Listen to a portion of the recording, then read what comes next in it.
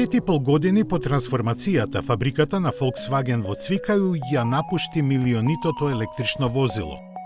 Во неа во моментов се произведуваат 6 електрични модели на групата, меѓу кои и Volkswagen ID3, каков што беше јубилејниот автомобил.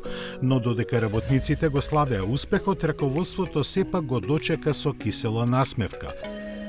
Пониската заработка од очекуваната и намалениот интерес на купувачите за електричните возила им создава главоболки. И тоа не мали. Во продажниот микс на Volkswagen секое петто возило е електрично, заради што оперативната маржа на групата за првиот квартал се намали за 4%.